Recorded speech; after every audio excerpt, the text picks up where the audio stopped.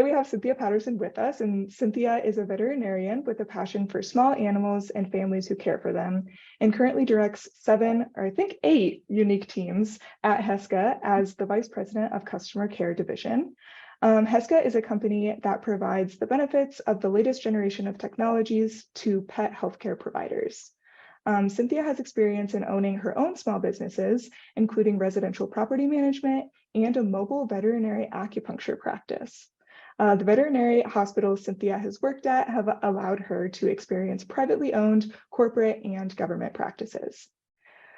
Through the combined DVM, which is the Doctor of Veterinary Medicine, and MBA, the Master of Business Administration program at Colorado State University, and her career experience, she has developed a keen sense of what is necessary to drive team development and successful practice growth.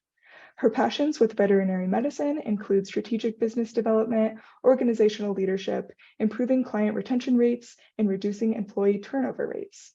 So Cynthia is committed to raising awareness of diversity, equity, and inclusion needs as they pertain to the BIPOC veterinary community. So Cynthia, I would love if you could just start off by sharing a little bit about your journey from the CSU College of Business to where you are now. Oh, thanks, Abby. Thanks for that wonderful introduction. I really appreciate it. And that's a very thoughtful question to start with, my journey from being a very young person, starting in the MBA DVM program to today. I, of course, was a part of the 5-year MBA DVM program. And in the in-between years, so between what would be my sophomore and junior years in the veterinary program, I had graduated from the MBA. And I decided I should probably do something with that so I wouldn't lose it all in my very intense clinical years. So I went and I did an internship with a company called Hill's Pet Nutrition. They make some very popular foods that I'm sure at least one of the students or someone in the office has had their pets on, like Science Diet. They also make the prescription diet line.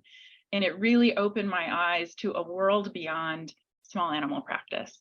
Because up to that point, I really had only worked with small animal veterinarians as a young person. My summer jobs, my after-school jobs were all with small animal practitioners. And so I thought that's what veterinarians did. And then I realized there is literally an entire world of other things to do, whether it's, working for the government in the USDA or like what I had learned during my internship. There were a wealth of veterinarians at Hills that did many different things. They did research and development, they did marketing and business development, they helped launch new product lines for the company. It was just such a fun time. And I said, great, now I know what I can do. I had better finish learning how to be a great veterinarian. So the rest of my career really was, how do I do that? How do I become a convincing veterinarian, a knowledgeable veterinarian, a competent veterinarian who can now give advice to other veterinarians and companies that work with veterinarians, right? So I finished the veterinary program, obviously. I did a 1-year internship in it's called a small animal rotating internship. So it's a very intense clinical year, a lot of 22-hour days doing, emergency surgeries, managing really advanced medical cases, being my own, on my own emergency overnight shifts, just to learn all of the really important things that they can't teach you in school, right? Just a really intense hands-on year. And I'm a hands-on learner, so I really needed that. And then I went into managing practices for companies that have sort of a medical director model, where I was the medical director of a practice. I got to make all of the budget decisions and standard of care decisions, lead the team at the practice. I did that for several years, about 4 years. And then I said, there's one more thing that could really help me become a convincing veterinarian, giving advice to other veterinarians. And that was to become a specialist in canine and feline practice with the American Board of Veterinary Practitioners. So that was an intense examination process. It's a 3-day exam. The exam is about 12 hours a day. And once you pass, they say, you have reached your pinnacle of being a small animal practitioner. And I felt that was really essential for me to be able to help other people. And so I went with that, and then I started working for a major pharmaceutical company, consulting other veterinarians. And then after doing that for almost 8 years, I ended up here back in Northern Colorado working with Heska, and now helping essentially all of our customer care teams. So these are teams that work with the installation of equipment, with the servicing of equipment, answering customer concerns if they have a question about how their analyzer for doing blood tests works, or how their x-ray equipment is working. All of these teams come together under me here at Heska, and it's just a really fun evolution of all of the things that have been important in my career. I use them all every day. Okay, that's great. And those are wonderful, like hands-on experiences to just show that this is what you enjoy doing. And kind of along those lines, when I think of Doctor of Veterinary Medicine, I think of working with animals. And then when I think of MBA, I think of working with people. So can you tell me a little bit, you did this combined program. What does your typical day look like in kind of blending those two? That's a great question. So it's hard for some people to wrap their minds around veterinarians that don't practice veterinary medicine anymore, right? Even my own mom is terribly confused about why I say I'm a veterinarian, but I'm not actually doing surgeries anymore. I'm not seeing my own patients. And now I take all of that knowledge I gained doing that for so many years, and I help other veterinarians who maybe are struggling themselves or have advanced questions. I'm helping them shape their discussions with their clients about their patients' healthcare. And so for me, I'm a veterinarian that really loves animals, but I also really love people. And you don't hear that all the time. And so for me, this is the perfect combination of jobs. I'm very much in the people management side of my career now. I have just around 70 employees, and they are all over the country. So half of them work with me here in our Loveland headquarters, and the other half are scattered around the country doing installations and other remote work for the company. And so for me, my day-to-day, because I have all of these teams and all of these people, can vary a lot, but it's, it's really prioritizing. What are the business needs today? What are our individual team needs? And what do our customers need? And how can we find a way to bring harmony to all of those things in what would be normally a very chaotic environment? And I know you and I were talking about that earlier, but my day-to-day is sometimes, like today, I was working with our European team on some future software planning for one of our analyzers. So that's an hour talking with people from all over Europe, trying to brainstorm new solutions, because their marketing environment obviously is very different than our marketing environment here in the US. And then coming in and having meetings with cross-functional teams, again, trying to see where can we grow, where can we be better, what challenges are we expecting in the near-term future so that we can tackle them. And that sort of repeats itself over and over again throughout the day. And then lots of emails and lots of phone calls. Great. And then how did you decide on CSU for your studies, specifically with the DVM MBA dual program? Yeah, it's actually the MBA DVM dual program that brought me to CSU. I had 3 choices. I was very fortunate. The veterinary programs across the country are so competitive. It's just such a tough environment to get accepted into. And so for me, I had the luxury of being able to choose between Washington State, Western University, which at that time hadn't even had their first class seated yet, and then CSU. And what ultimately sealed the deal for me was getting the acceptance into the MBA DVM program. That's awesome. And I didn't realize, but Cynthia and I were talking earlier, there's like 5 people that you graduated with in that program. So it's a very small kind of dual program, which is really cool. Yeah, they kept the class size really intimate because we were being sat with the full MBA program, the normal, if you will, evening classes that would go on. We had a very heavy technology focus, which really appealed to me, which is another reason why I love working at Heska, that so much of our day revolves around technology and the use of computers and how people interact with computers. And so it seemed like such a wild idea And truly for me, it was, I saw an application and it was a, hey, check the box, write a little blurb about why this might be beneficial.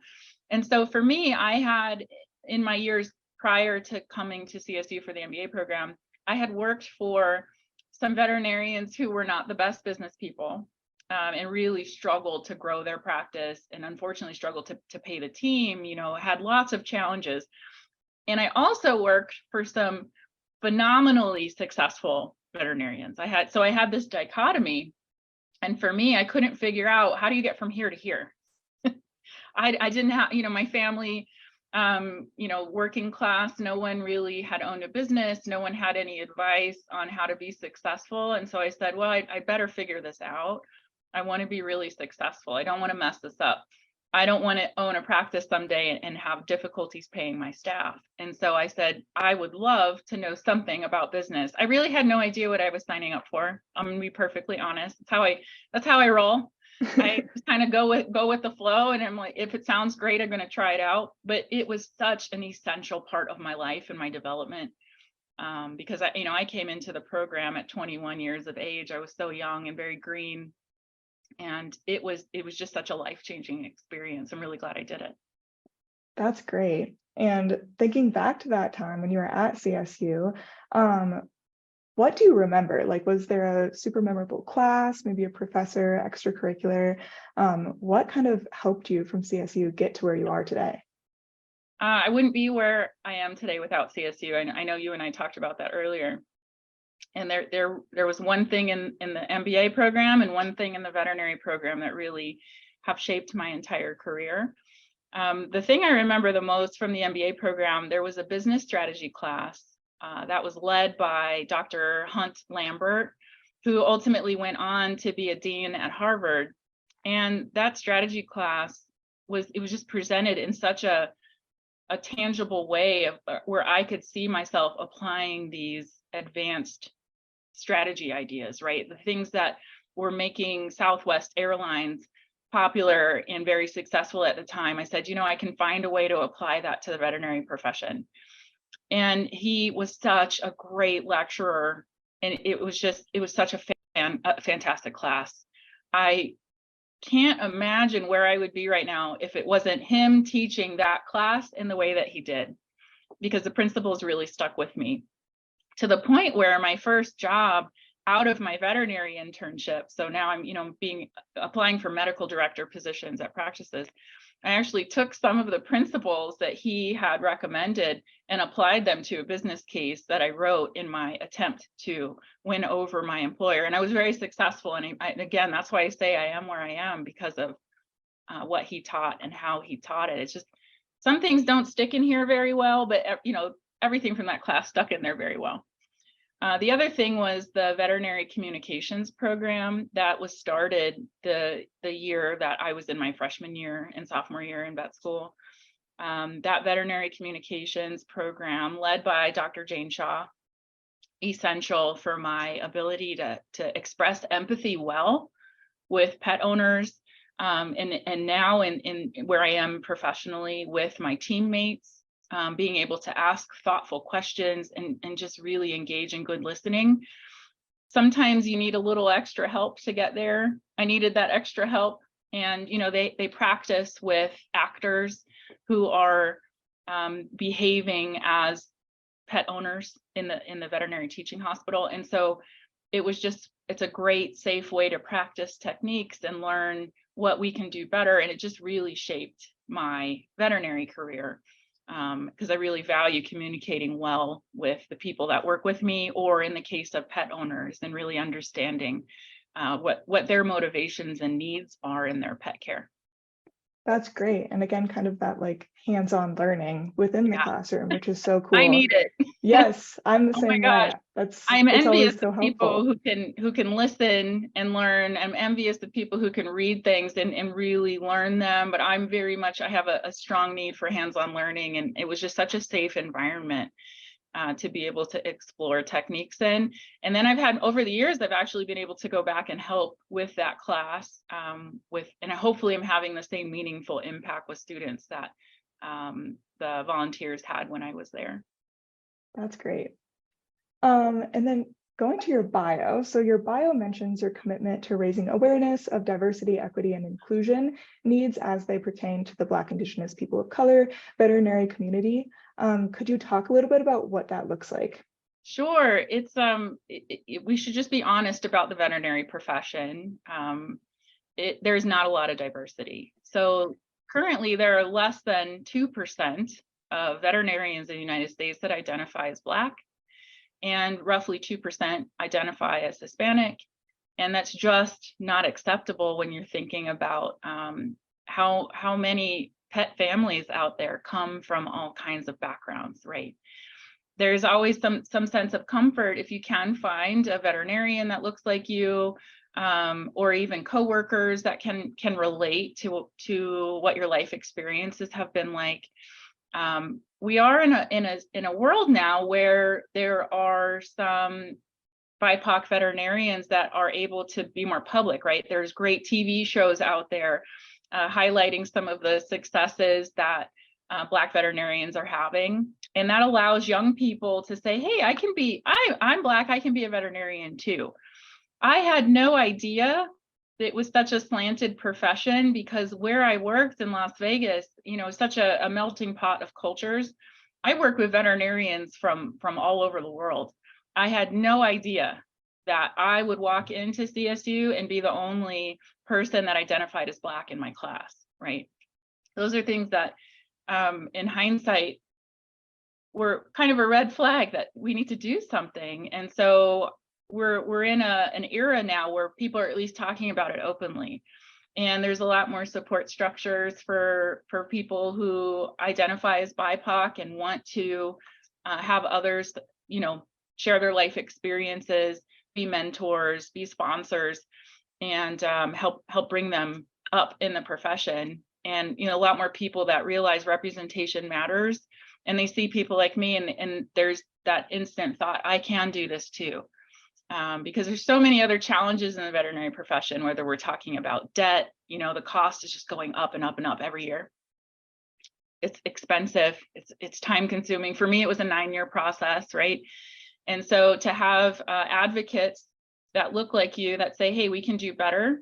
We can do better for BIPOC pet owners. We can do better for young BIPOC people who really want to know that this is a safe profession for them to join. And I think we're getting there a little bit more every year. That is so important. And I want to kind of dig deeper into your bio now as well. So also in your bio, you mention that you've developed a keen sense of what's necessary to drive team development and successful practice growth. So what does that look like for you? Yeah, and thankfully, I don't think there's anything really special about this from a veterinary perspective, right? I think a lot of the themes can carry over into any business. And for me, like I had mentioned earlier, I really love people. So I put people at the center of my strategy of how can we develop teams, how can we grow. One of my core values is collaboration. And I truly feel like that's the secret sauce. And so for me, what collaboration looks like is, getting people together, allowing them to really explore what's working and what's not working in a team environment, in a company strategy environment. You could apply that to anything. And when they identify what's going well, great, let's really focus on the strengths and keep doing that. And if something's not going well, it's not let's dwell on the weaknesses, but how can we bring new people into the team that can maybe help soften that weak spot a little bit? What new ideas can we share together to try and move forward? But I truly feel that that's what has led to so much success, is really diving into how can we collaborate well and how can we grow. I'm sort of I always tell people I'm an optimistic realist. So I love just looking at the big picture and identifying what's broken, right? This is the veterinarian in me. I assess patients and I decide, are they healthy, or are they in need of some kind of repair, right? Do they have an illness that needs to be treated? Do they need a medication? Do they need a surgery? And so I think that's just how my brain is wired.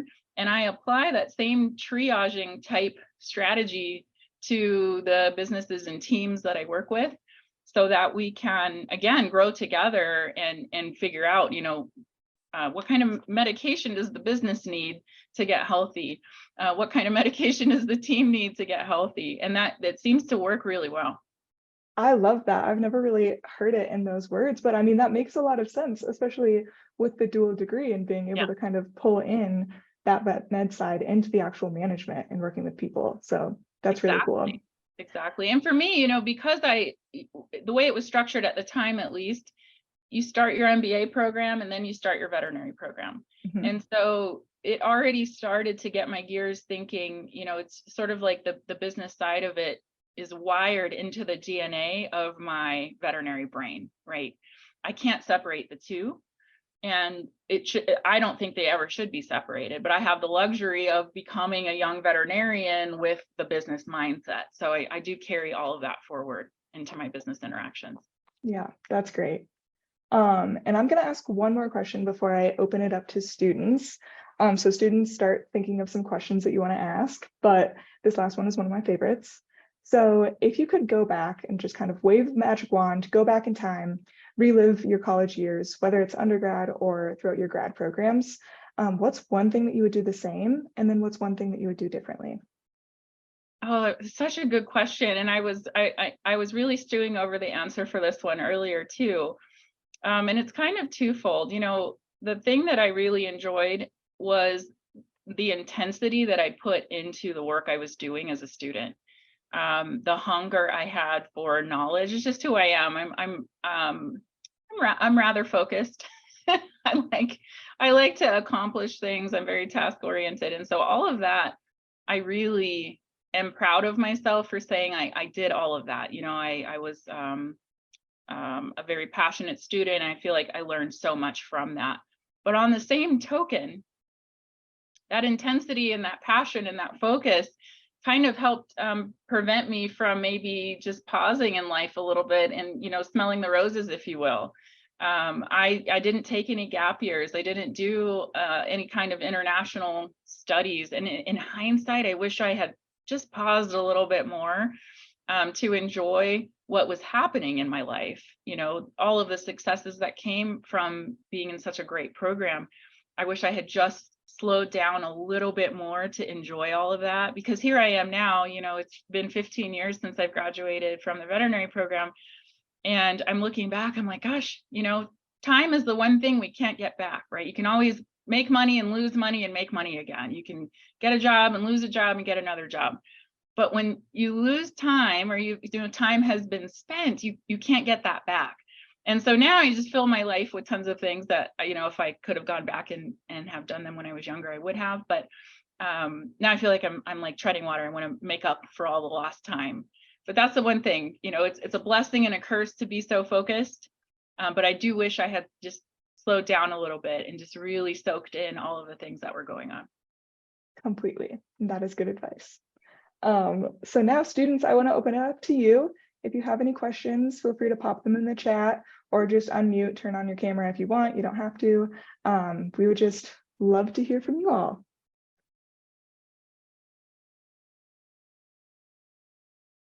Everyone's shy today. Yeah, exactly. I have more questions too that I could ask. Oh, all right, we got one. Oh, we got two.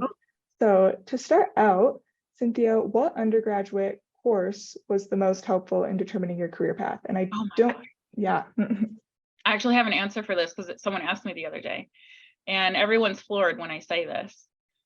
But in my undergraduate program, because I knew I was going to go into the MBA pathway, there was one course I had to take that was a little bit left field, and that was a technical writing course. It had nothing to do, in my mind, with the biology program I was a part of, with the chemistry minor that I had, but they said you have to take one business class. And technical writing was something that a novice like me in business could sign up for, and it was such a great course.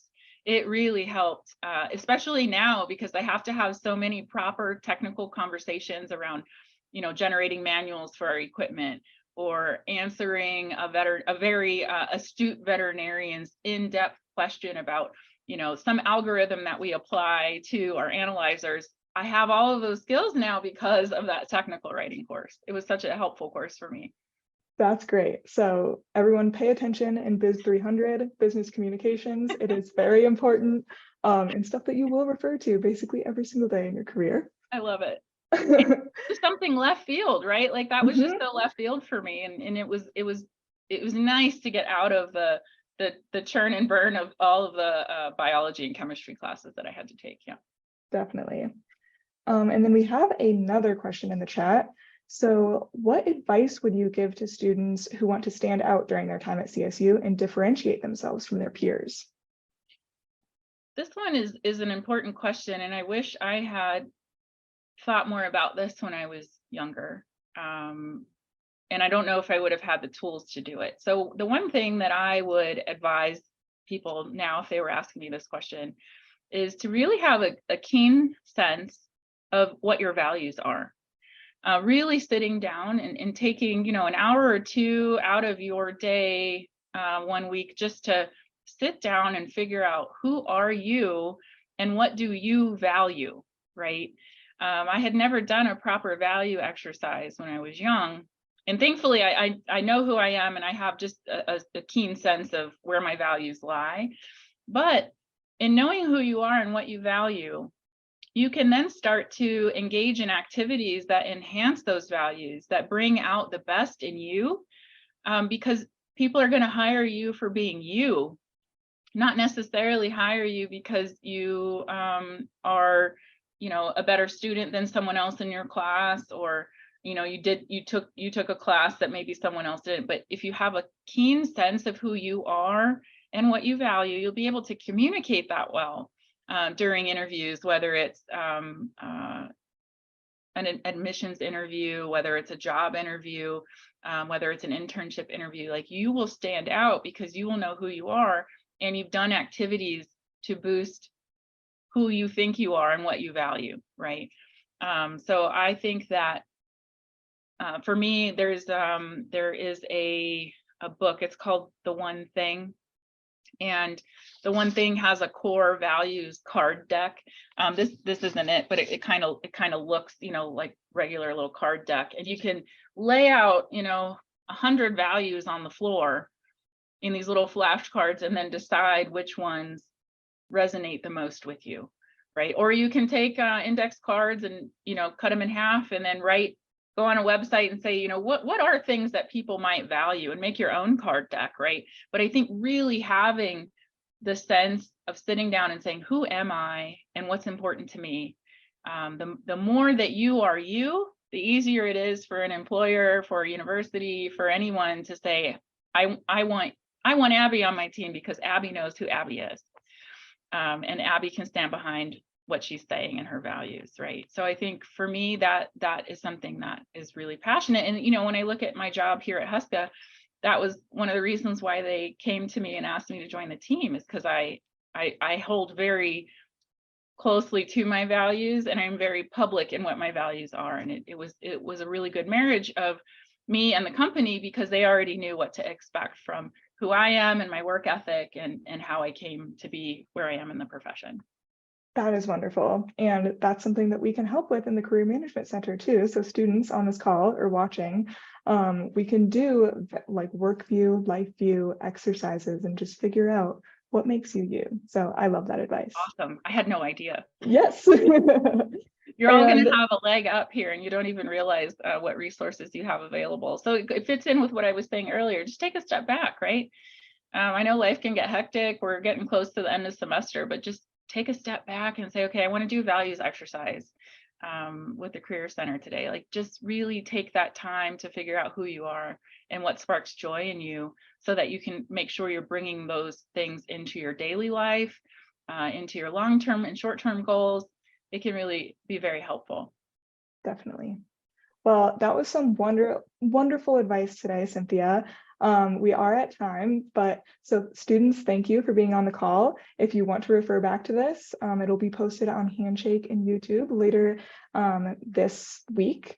And Cynthia, I just want to thank you so much again for taking the time to chat with us. We really appreciate it. And your experience is so unique and just so wonderful for students, especially wanting to, considering the DVM MBA program. So thank you so much for appreciate being you guys so much for inviting me. And I'm always here if students need anything or have more questions.